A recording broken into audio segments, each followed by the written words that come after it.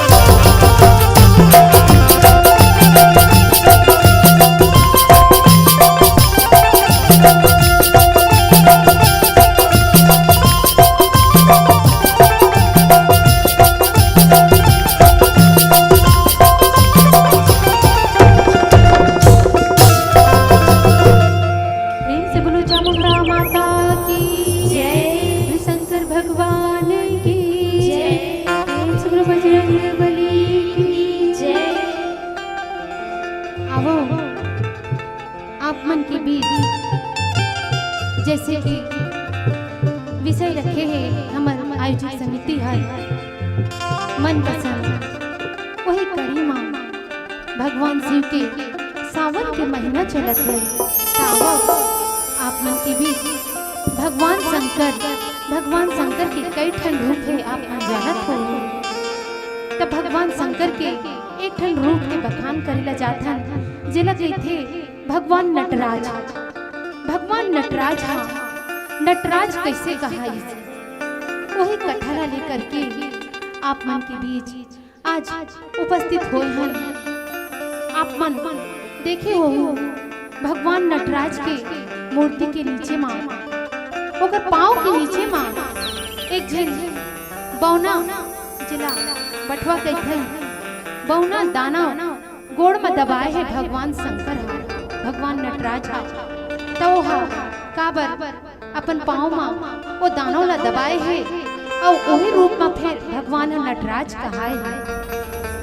वो दानव के नाम रही से अप्सर अप्सर संस्कृत में कहते और हिंदी में उसका नाम है मिर्गी। मिर्गी बहुत बड़े बीमारी के नाम है। तब वही मिर्गी एक जन दानव रही से जिनके कथा ला अपना के बीच गीत के माध्यम से प्रस्तुत करे ला जाथन और भगवान नटराज से ये प्रार्थना करत हन जेन लभी ये मिर्गी बीमारी होही एक कथा ला सुन करके पूरा तरीके से ये बीमारी हा जड़ से समाप्त हो जाए। एक बार भगवान नटराज के नाम से जोर जोर जयकारा लगा हो। प्रेम से बोलो नटराज भगवान की जय। वंदे देव मतपति सुर गुरु वंदे जगत कारणम वंदे पन्नग भूषणम मेघधरं वंदे पशूनां पति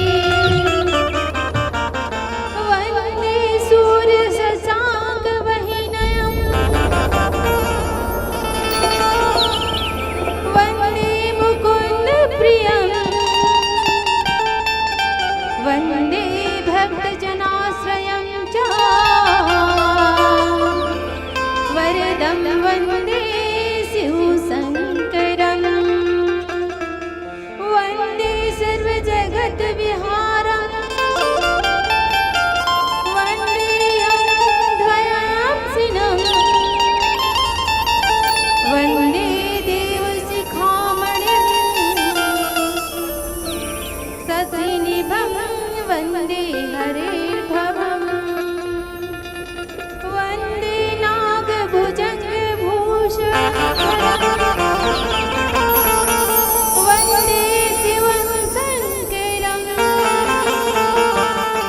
नमस्तुभ्यं नमस्तुभ्यं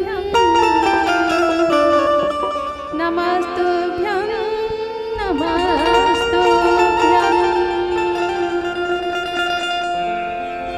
हरे हरे भोला हरे हरे भोला हरे हरे भोला हरे हरे भोला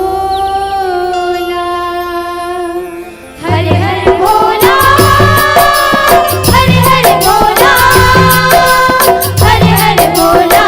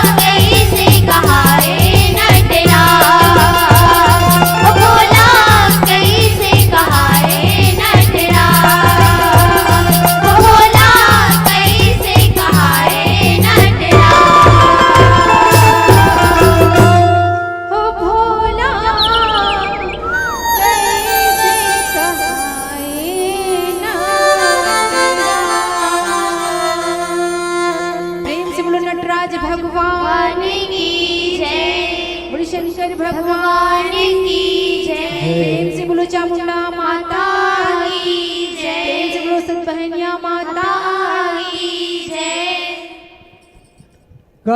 काम के वो भौरा